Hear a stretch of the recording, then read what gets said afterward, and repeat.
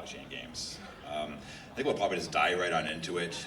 Bonds did bring some slides today. I think he's got some pretty cool things to talk about. So I think we'll just kind of honestly just kick it off. Like we're going to do a little bit of pitches from our own personal perspectives, and then we'll really dig into some of the aspects we think are pretty cool with gaming and NFTs. So Bonds, I think this is your slide right here. So why don't you just kick it off? Yeah, thanks guys. So I'm going to tell you a little bit about what's going on Wax.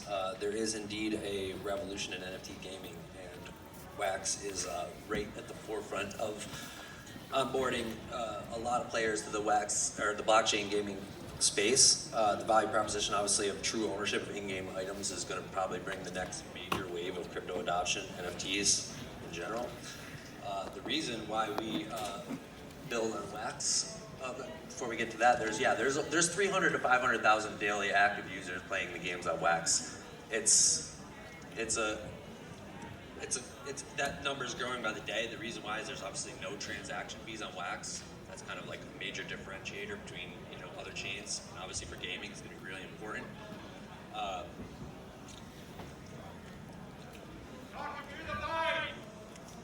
Sorry guys. There's over 22 million daily transactions happening on Wax. It's like the most used blockchain in the world at this point. It's number one in transactions. So the reason why, obviously, Wax created in 2018 the Wax wallet. So it's an all-access wallet. You can basically onboard new people that aren't used to managing their own private keys. You can log on and get a Wax wallet with social logins like Google, or use your Discord login. That helps to onboard people who are new, which is obviously important, getting them into the space. There's not a lot of friction to get a new Wax account. And of course, once people are in the ecosystem, they can easily set up a self-managed key account once they're comfortable with that sort of thing. So obviously, easy onboarding is a great way to games on Wax obviously have this advantage of getting people in relatively easy. So I work for Weekend. We produce 3 games on Wax so far: Prospectors, Our Planet, and Tribal Books is still in development. I'm going to talk a little bit about what we did with those. And sorry. All good. So, Prospectors, first ever fully on-chain MMOR. So it's a in-game economy built from the ground up. All the in-game resources are fungible tokens. Yeah. When can we expect to see that? Is it live now? So Prospectors, we first launched on EOS, then launched on Wax. This game has been in beta for almost 2 years now. We're about to launch the first Grand Land, we're calling it, on Wax. That game actually launches toward the end of November. So it's a economic strategy game. Like I said, every action is on chain. So even the simple action of taking a tool out is an actual transaction on the blockchain. So of course that wouldn't be possible on any chain that had transaction fees, or without the half-second block times of Wax, it wouldn't even be possible. So we also built Our Planet. We did some interesting stuff with Our Planet. As most people know, free to play games, right? Like most of the gaming company's income comes from a small portion of the players. So we started a staking system. So I kind of like to call it proof of collector. So we basically offered, built the first ever NFT staking system. So all the different projects on Wax that come and stake their NFTs on our platform and be earning our in-game tokens. So this basically got all the biggest collectors on Wax to be on our site and using our game token before we had ever launched the game. So then we launched phase 1 of the game. The game token had a utility, so of course it's traded in the marketplace. The sort of second phase of the Our Planet game, which is another interesting thing we kind of did, is so there's lands. These lands are also producing like passive income. You're mining these fungible tokens that are like the minerals of the game. One interesting thing we did was we partnered with the Uplift, which is like the Metaverse on Wax. They use Minecraft server. You can upgrade your land on Our Planet, so it also works in our game platform, and it's still producing passive income on our platform, but it also guarantees you land rights in the Uplift. So your one NFT is guaranteeing you ownership in 2 completely separate platforms, 2 totally different metaverse. So this is the Uplift. This is our, we partnered with them. This is what the game actually looks like. It's built off Minecraft. Minecraft has, something like 140 million players in the world. I think it's a good idea for people. It's an easy onboarding. A lot of people already know how to build on Minecraft. They've introduced this whole play to earn aspect where anybody who comes to your property can actually earn tokens. You can see people built out some pretty elaborate properties. So as everybody in the game is traveling across the map, and if you build a cool structure and people come visit it, you're actually earning tokens from them coming. So it's a cool play to earn game using Minecraft, which a lot of people are familiar with.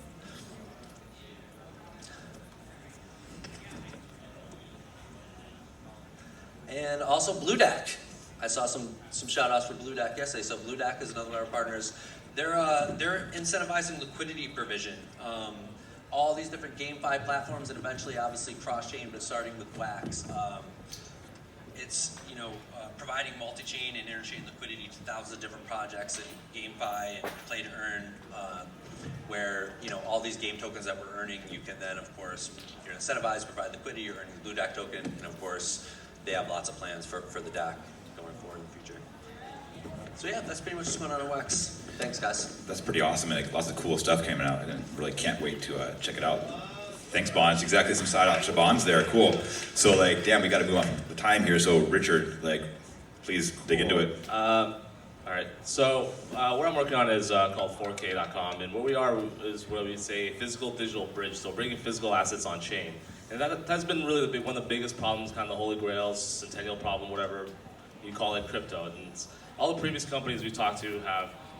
Really try to focus on real estate, but what we're really bringing on is kind of highly sought after physical assets. And how that relates to gaming, I think, is really compelling.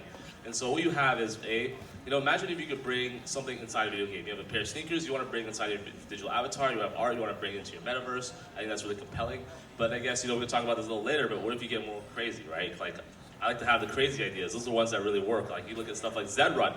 Who would have thought that would have taken off, right? Who would have thought Axie would have taken off, right? Those were kind of long bets. And that's what I like to see. So one thing I like to talk about later is kind of like Meow DAO. So we can talk about Meow DAO a little bit. Okay, we'll definitely give you some time to do that. I guess give me a couple seconds for myself. So like I said, I'm Chris Banbury, head of global operations at Conflux Network. If y'all don't know what Conflux is, we're actually a layer 1 blockchain, EVM compatible, compliant in China. I know that's kind of a weird term, being compliant in China with all the stuff that's going on with the Chinese government. Super interesting. Actually, NFTs, obviously NFTNYC, NFTs are legal in China to be minted on our public chain. Public chain is very key here. We're starting with enterprise. McDonald's, Oreo cookies are minting on Conflux public chain right now. But kind of moving on to things, I think we'll be moving into retail hopefully pretty soon. And we all hate walled gardens out there. And I think that with WeChat, Web 2 and that kind of stuff, there's China versus the West and whatnot. I think that especially with Conflux being compliant, it's really interesting that we can perhaps use NFTs in gaming as a bridge between worlds. Again, no walled gardens, we're all decentralized out here, we're Web 3, and so there's definitely a potential, it's not exists yet, but we're really working towards really using that NFT as a bridge so people can collaborate between East and West. Something a bit different than Conflux. We all know that Facebook rebranded as Meta recently. Zuckerberg's got this vision for what the metaverse may be. I'm sure many people here have read Snow Crash. Snow Crash, by Stevens in early 90s, I think, was it's a critique on capitalism. So it's kind of don't do this, don't make this. We probably got to think of something different. But Zuckerberg took it at face value. It's let's make it. So I'm sure we all don't agree with him particularly out there. So I think we need some decentralized options. And so a really cool project, is more of a passion project of mine, is I'm facilitating a class at University of Washington, starting in January of this year. It's actually with the Humanities Department at University of Washington. So really looking at, governance is super important. So going to humanities students and thinking humanists and whatnot, we got to be governing from the human perspective. And so how can we emerge governance out of humanities? And also then, in addition to humanities students, they're actually going to take STEM and business students, kind of smash them together in this class and think, how do you interact with the metaverse? This new physical internet that exists out there. And so I know we all like VR, AR, I like VR, I got an Oculus Quest 2, super cool and that kind of stuff, but there's gotta be different ways to interact, that don't make you go straight deep into the metaverse, like Ready Player One or Zuckerberg's vision. And so really, I can't answer this question right now, so that's where you gotta go to the people that are gonna be using this, honestly younger people too, and to figure out how you can interact beyond just like VR and AR. So I'm really super excited about doing that and getting this launched and really looking to emerge a metaverse and not like build a metaverse, and of course decentralized, powered by the people and not by big tech. And All right. cool. That's what I got right there right now. I think we want to jump into a discussion. Like we all want to use like some of the time to talk about some cool stuff we're doing. But a couple of questions here, like really specifically related to gaming. I'll start here. I mean, like maybe Bonds. This might be like something you can, or Richard too. But like Steam versus Epic, and their approach to NFTs and blockchain. Because we all know that Steam has pretty much banned crypto, NFTs, anything blockchain related. Whereas Epic has taken a different stance. Would like to hear your opinions on that. I think Steam made a huge mistake. So I don't know if any of you guys know about Ultra.io. They're going to basically be launching a Steam competitor. It's going to be the first major platform that's going to be games distribution that's totally embracing the NFT space and play to earn. They're doing awesome things. It's also an USIO chain like Wax. So it's fast, capable to handle the transactions, and I think they're doing some awesome stuff. So check out Ultra.io if you don't know about it. I like to look at this in kind of a higher level aggregate view. And so, you look at how Steam operates, they've been kind of walled garden. They haven't really built much in the last 10 years. The last game was probably a decade years old, kind of little innovation. They just kind of have a monopolistic view. And so you compare that to a closed walled garden to something like crypto or decentralization, where it's more like open source community. And so, you gotta look at it like, well, is closed source gonna work? Steam gonna run it vertically integrated, or it's gonna be open source, right? And I think the answer is obvious. And what's interesting right now that in NFT gaming is that everyone is, I think for the majority, the majority of people are looking at it as a very simple simplistic integration. For example, transferring NFTs or transferring value between games or across different type of asset class. I think that's like the first layer. It's like generation 1 layer. And then when it gets really creative, you start thinking about generation 2 layers, even arguably generation 3 layers. And so there are so many more options that open up that are actually available that you cannot do in the traditional Web 2 world that you can do in the Web 3 and the generation 2 layer, generation 3 layer.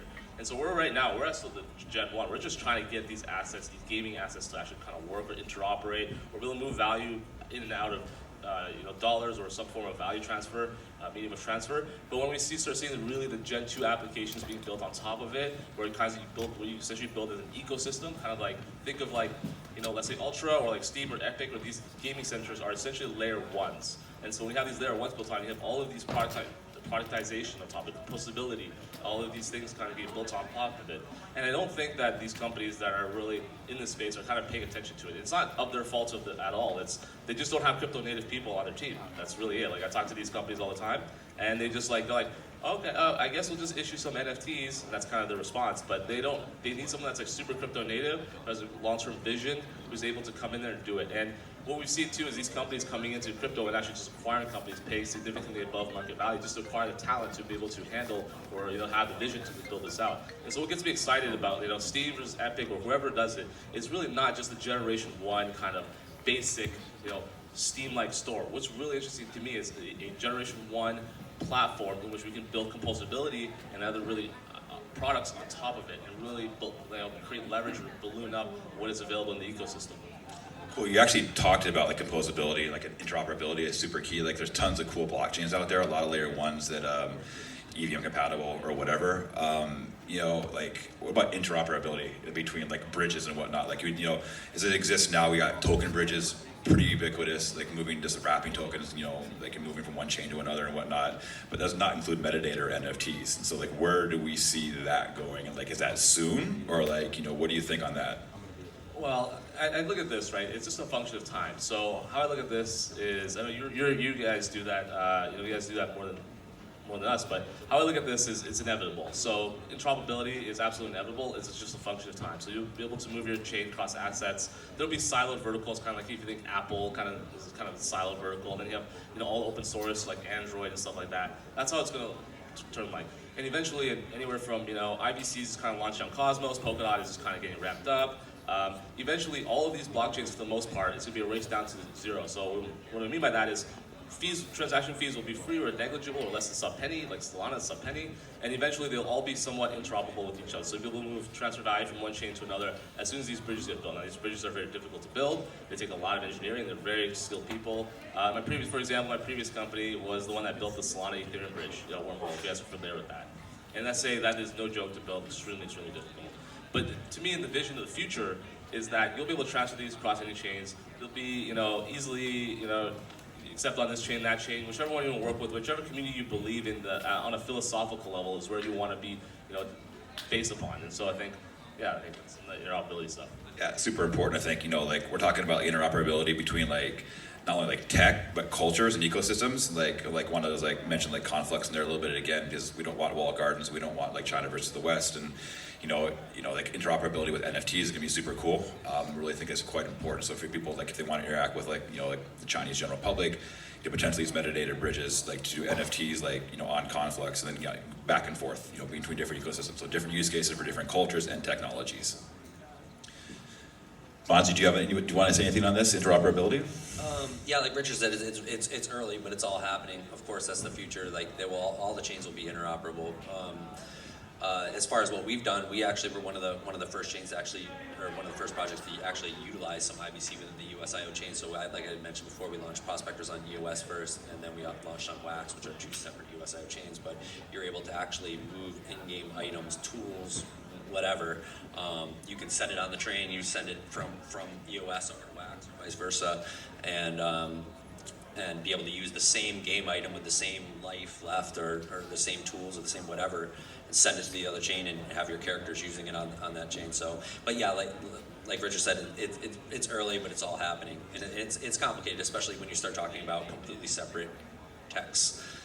Exactly, you got a pixelated Minecraft sword that you want to use in Fortnite or something like that. It's super hard to transfer that asset actually. Right, why? As I played a lot of video games growing up. I'm sure a lot of people in this crowd have. I didn't play World of Warcraft. Played a lot of EVE Online. Almost went pro in Dota 2. But one of my biggest thing was, wouldn't it be cool if we could interact with DeFi with the gaming assets? We need that. If I could, have a weapon, legendary weapon in World of Warcraft, and collateralize, get a loan against it, I can fractionalize it, bring it to other video games, and transfer from World of Warcraft to EVE Online. I think that's the basic implementation of it, and I think we're 3 to 5 years away from that.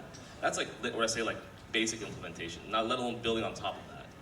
Yeah, so you actually brought up NFTs and gaming and DeFi. I'd like to talk to you. I'd actually dig a little bit more into that. So what are some of the things that we see out there? It's how can I guess I'm just kind of generalizing here. You play to earn. You get these you spend your time. You get NFTs within a game. And how can you use that gain liquidity on these? How can you earn more, yield farm? What do you guys think about the future of DeFi and NFTs and gaming? So I think that there will be really two type of markets in the future for gaming. There will be one that people play for entertainment purposes, for example, or competitive purposes, Call of Duty or StarCraft 2. And then there will be an entire new genre of games where people are playing A, to live their digital lives, or B, to make money on. And so if you see Axie, which I think was quoted as the fastest growing tech company of all time, I believe, ever, and most people outside crypto have no idea what it is. Right. And so people are going to base upon their entire livelihoods inside of these video games. And you could do that. Before crypto, there was, you had to be in the top 0.001% to make any type of money. We're not talking a lot. I can tell you, EVE Online, I was one of the most successful people in that video game. And I converted all my money in the video game to Bitcoin actually, and started my first company with it. But I was one of the top wealthiest people in the game, and I probably only had $70,000 US, right? But you see Axie and these things really taking off, and in the future, people will be living. They'll go to work, they'll go to inside the video game, farm around, do some trades, run some alliances, play some games, then they'll go back and they'll make that money, and they'll be able to pay for their livelihoods. That's where we're going to head towards. And then there's going to be the next one, and the next one. There'll be many iterations of this. And then when you bring in DeFi into that makes it much more interesting, because without DeFi, all of these assets are one-to-one, unproductive, unleveraged capital. And so what I mean by that is 4K we do with luxury assets, so starting with luxury assets, like Rolexes. A Rolex is on your shelf, it's unproductive, unleveraged assets. It's very similar to a highly sought after weapon or sword in a video game, right? Unproductive, unleveraged assets. Now you bring that to DeFi, you start getting yield farming, you start getting into liquidity pools, you start getting AMMs, you start doing all of that. What's really interesting to me is the ability to do loot boxes. Loot boxes and microtransactions is how these games make money. Why not do loot boxes on a USDC Uniswap pool? Why not make it, something like that, as opposed to going in there and buying a loot box for 250 anytime. Let's say they only drop 100 of them and they put on the USDC Uniswap pool, and then they also get richer on the secondary market transactions. To me, that is where the transition is slowly going towards. I just think that we're so early that it'll be in 5 years maybe that stuff happens. But I think offering models like that where there's this exclusivity and also having the price discovery and the liquidity is going to be absolutely key to really, grow the denominated value captured within these type of games. We're not talking like, right now it's just 1x, you got to bring it up to 10x, or we do mortgages, which is like 33x, but that's what's needed. Cool.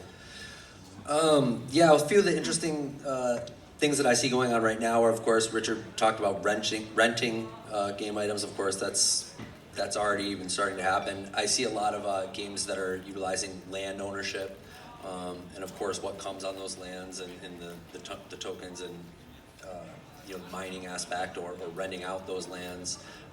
Alien Worlds is a good example on Wax. Prospectors also, you're renting a land, whatever's on that land, you have access to, you own those rights to those resources. But yeah, like Richard said, it's still very early.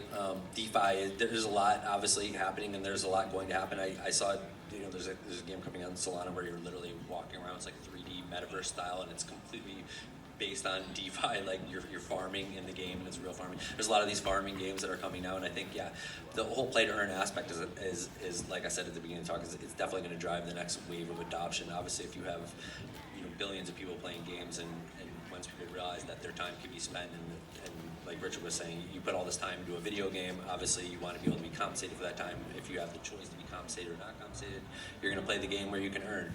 So yeah, obviously the future is bright for blockchain gaming. Cool.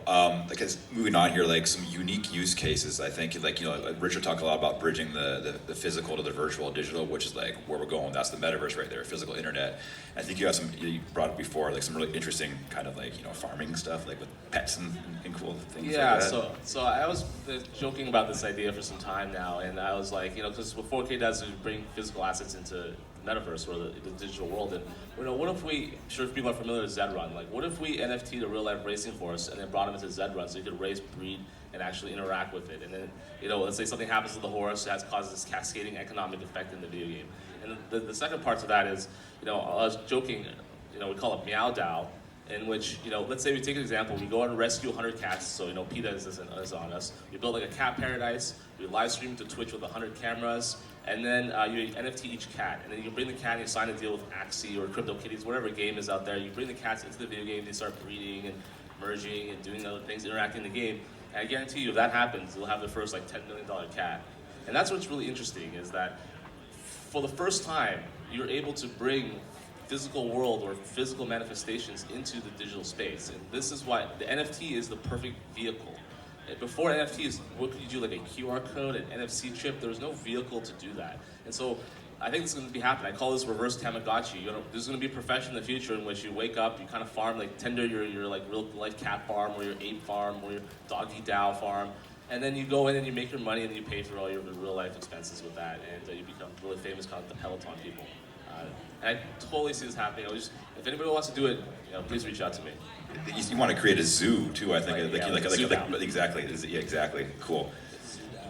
I think this kind of bonds, like, what's maybe some like I think maybe like percolated in your mind that maybe like forward thinking, something that's doesn't exist right now. Like what would you like to see? I know I'm all about metaverse, like competing with Zuck and powering the people. Like, what about you? What are you thinking these days? Yeah, I'm really interested to see this whole metaverse space manifest. Like this is obviously huge. Seeing Zuck make an announcement this few weeks ago that they're now going all in. Yeah, it's going to be huge. Obviously, tying all these metaverses together and how the inter-blockchain communication and which blockchains will actually use, or which NFTs where they'll be minted. I find that all really interesting. I know Zuck specifically even mentioned using ETH. I'll be really interested to see how they actually plug in to whatever standard they're going to use for NFTs. But yeah, like obviously the metaverse space and those in-game items and what you're able to bring into the metaverse. I think we're obviously seeing all these things sort of tie together with like Richard was saying, the real life items. You have all these fashion items, right? And I think obviously we all realize that being able to flex your design or whatever, or have those Nikes or whatever watch, like that's what people are going to be rocking in these metaverses. And there's obviously the market for that is going to be absolutely enormous. All these name brands, of course, are going to want to be represented there, and so I can only imagine the flood of money that's going to come in when everyone's wanting to flex their, high-end items in the metaverse. Straight up. So honestly, we all know that Second Life exists out there, and this was I don't know how many years ago this was. So was it just too early for Second Life? Because obviously brands went deep into Second Life, but nothing really particularly came out of it. So was it just bad timing when we weren't ready yet, or not blockchain perhaps? That could have been the blockchain is the key here. Is any thoughts on Second Life? And I know they have some new things coming out too, but on that. I mean, I was on there for a little bit. I like to think of that as equivalent to pets.com. They were just a little early, they're like the beta testers. And we saw, if you look at Second Life, you're like, this is inevitable. The Matrix is arguably inevitable, right? And so you look at that, you're like, wow, this is a great glimpse of the future. But the tech wasn't quite there yet. It's just really early. It's kind of the first wave, kind of like Bitcoin is Gen 1 technology. And then now we're finally seeing the Gen 2 come out, which is lags it by 20 years, which is generally what the kind of the trend is, right? You look at all the early tech companies, pets.com didn't work, now it's massive. And so, eventually, I think, when you talk about Meta and Facebook, it's do you really want a metaverse that's controlled by Facebook? Come on, doesn't seem like a really good idea here. So I think that, kind of an open source kind of approach would be really interesting. But I just really wish that more people were working on the metaverse. I honestly don't see that many people working on it. I wish more people left Facebook to actually build their own open source version of the metaverse. I wish there was just more developer adoption and more people interested in this, as opposed to, super centralized authorities kind of coming in here and dictating what the metaverse will eventually look like. Exactly. We're all about that there. I think we're almost done with time here. Is there anything you guys wanted to bring up before we're off the stage? Kristen, you want to tell us about the DAO you're working on? Well, I did mention that, but honestly, I just wanted to be emergent, from the people, honestly, starting with University of Washington, humanities, STEM, business smashed together and something cool and kind of figure out what we work with. But honestly, I just want to use the term emergent again, because don't want to design it and here, this is what you got. We want the people to determine what they want and then make it happen. So I just want to make one point with that though. It's no one wants, it doesn't, we don't want Facebook necessarily to not exist or Meta to not exist. They can be part of a greater decentralized ecosystem. This shouldn't be the whole ecosystem themselves. I can leave off with one thought that comes really into gaming a little bit. So for example, FaZe Clan, which is one of the biggest esports teams in the world, has more fan base than the Dallas Cowboys and New York Yankees combined. That's the number one football team and the number one baseball team in the world. Yet their revenue per fan is less than $3. Yet the NFL teams, like Dallas Cowboys, revenue fans to $65 per annum basis. And so what we have is massive adoption, but 0 billion monetization. And I think tokens and NFTs are going to be the way that teams, games, and everybody monetizes. And it's just really early on, but with something like Axie, you kind of see that really just taking off. Yeah, well said. So I think we're out of time. Thank you very